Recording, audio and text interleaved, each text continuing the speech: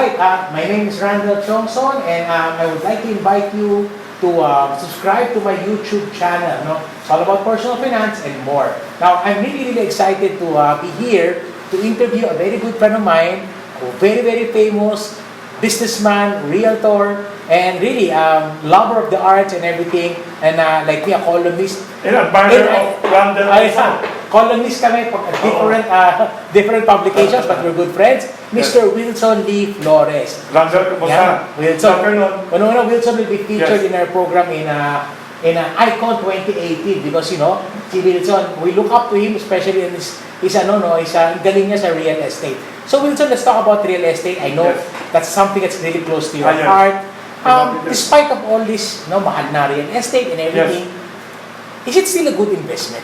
Randall, I always believe na real estate, kahit anong situation in the world, whether the economy is booming like the Philippine economy now, or whether it's uncertain in the future in other parts of the world, I really believe real estate is always one of the best solid investment choices. Why do you say so? Because number one, nobody produces land anymore actually. You say, some people say by reclamation and other things, but land is limited, wala na. Okay. Number two, it's a basic need. Housing is a basic need anywhere in the world. And everyone, they want to buy or rent prime location real estate. It's a basic need. Saka, real estate is something very hard to steal. Okay. You can steal. And also one thing pa, for many people who are not business people, who are not business-minded, at least that is one thing they could use for savings, a form of for savings. So, property is parang masasabi mo ng base of your investment. Yes, Parang one solid way of investing. So, for people, parang vessel siya of savings. Yes, and one more thing pa in the Philippines, one good thing about the Philippine society, we have a lot of consumer spending. Everybody loves to spend, enjoy life.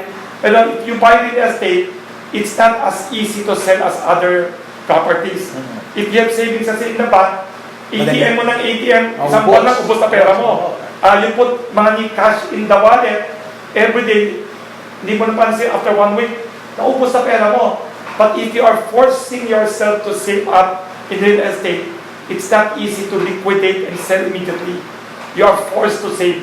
So, because hindi siya madali i-liquidate, ang tendency is you're not touching it. You're not touching it, and it's a little bit like a long-term investment. Long-term investment. Oo. So, Wilson, you're Chinese, and we're part Chinese. Yes. Bakit hindi ka nag-trading, hindi ka nag-manufacturing? Why real estate?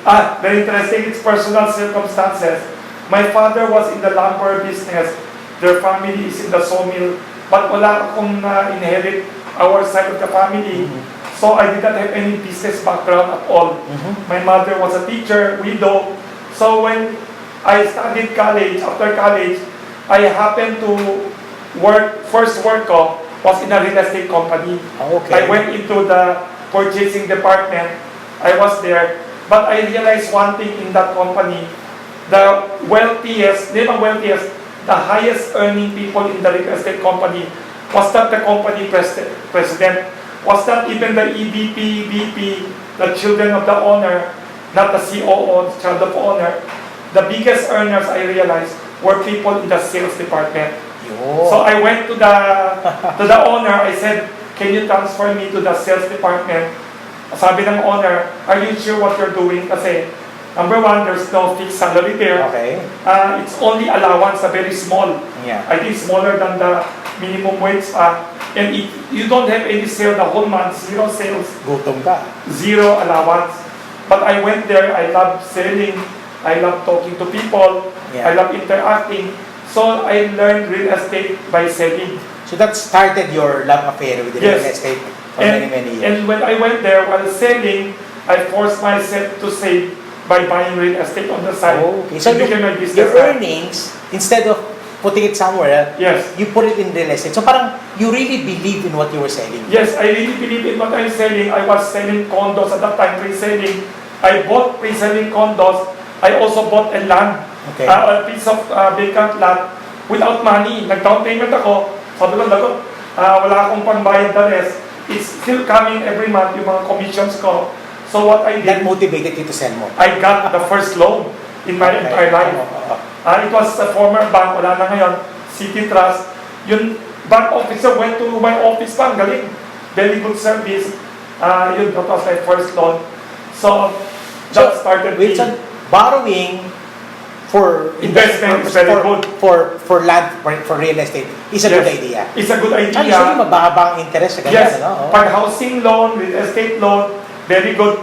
Don't borrow money to buy luxuries. Yeah.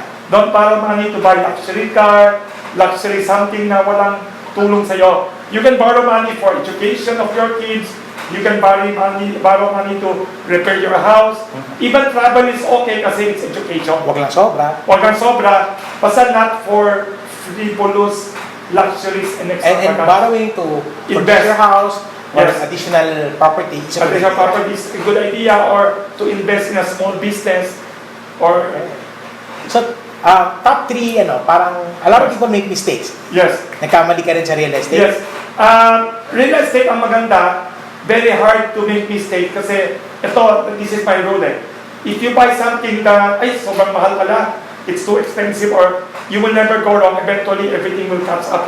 So, maghintay ka lang. Maghintay ka lang. And you've done purchases that later on you realize, parang mahal Wala pa so far. So far. Nakachamba ako kasi I started in Kasi sales minsan of real matyaga estate. maghanap yan. Matyaga maghanap. Totoo ang tsagayan. Goes Oo. all over looking for Saka, the right If bargain. you have limited capital, hindi ako tycoon, billionaire. So talagang I keep looking and looking. Looking until you get. Until You I get recommend that, something. no? Wag magmadali to buy. Tama. Always the rule in buying, whether buying in the supermarket or in the Divisoria or in real estate, do not buy in a rush. Some people, pag may nabenta, they sell a house and they have cash, they want to immediately move to another home, they rush in buying, mali yun. You might as well rent mo na kahit 1 year. Until you really Take buy your one. time. Yes. Take your time to buy the right one. There are times na hindi pa the best. Don't rush. Don't buy emotionally also. But the good news is, even if Yes. medyo mahal ang bili mo, but if you're willing to wait, it's gonna catch up. It's always okay. It's gonna take a little longer, pero okay. Yes. The only thing lang that I could see na mistake, if you buy real estate na biglang inundoy, like flooded area, or those areas that are prone to disasters, and also, if you buy right next door to a garbage dump, o kaya payatas area na malaking garbage dump, or squatter area, those are the only thing that I could imagine na mistake konti. Yeah, okay. So Kasi avoid. medyo mahirap yun makabawi, Yes. no? So when I buy something, I always go to a place, I look at the place morning and evening. Binabalikan-balikan. O kasi may mga area na maganda sa umaga, paggabi nakakatakot pala. So you have to take a look at I remember many years ago when I was Yes. purchased our first property, Yes. ang residential ng Yes. plant. Pumunta kami doon, traffic was good, Yes. bumalik ako, but I said, I want to go there on a different time. Ah. Grabe pala yung traffic. O yun, maganda din So yan. dapat pala, You have to go several yeah, times and check it at different circumstances. control your emotions. Tama. Do not, based on what I've learned, do not decide anything, whether business or other matters, when you are emotional, when you are too sad, or too excited, or too happy. Para Do stock not market decide. lang yan. Ano yun siguro yun? Oo. So, do your homework, Yes. take your time, Yes. and really Haggle. Haggle, yan. Tumawad everywhere you go, huwag ka mahiya. Huwag kang Tsaka mahiya. pwede tumawad, no? Yes. Kahit ano, meron talaga. Lahat. Na-shock ako one time, may isang bahay, I was handling something. Then akala ko, mura na kasi the other person selling does not know the price too much. Nakakuha na akong mura. Then, din ako. Biglang yung accountant ko nakasama ko, the accountant ko, to prepare the check and everything, nakasimangot siya. Akala yung accountant ko was complaining about the price. Parang masakit lang yung panipin pala pag-pay. Nakasimangot siya. So ginawa ko, humilit pa ako konti, I haggled a little bit more. Pumayag, nagulat ako. Hindi ko pa sinabi to that accountant. Sayang din. Oo, nakachamba ako doon. Alright. So, Wilson, we're gonna be featuring you, Icon. I wanna thank you, no, for Thank you Icon. very much. Ang daming kailangan matuto sa'yo. What can they expect from you when you present sa Icon? I will share not only personal ideas and personal experiences, more important because I write a column in Philippine Star.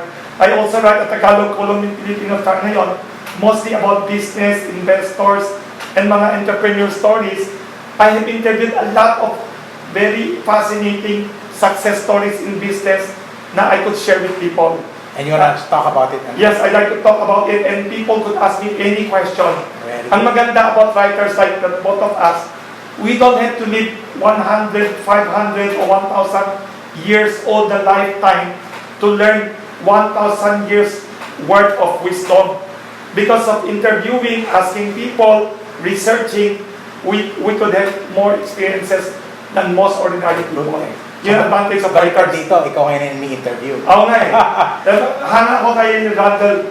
You're a very inspiring person. Thank you. You also. And your books, I love your books. Thank you. So we're gonna be having more of Wilson. In the next video, we will have another talk with Wilson and more strategies for that. Again, Mr. Wilson Lee Flores, columnist, no, realtor, business person, And also baker, huh? baker, and all around. baker. We're gonna talk to you about that in the Yes, next video. thank you. Great friend, and it's gonna be in Icon 2018. And admirer of Randall Thompson's books. And now I'm a reader of his column. Thank you. Thank you very much.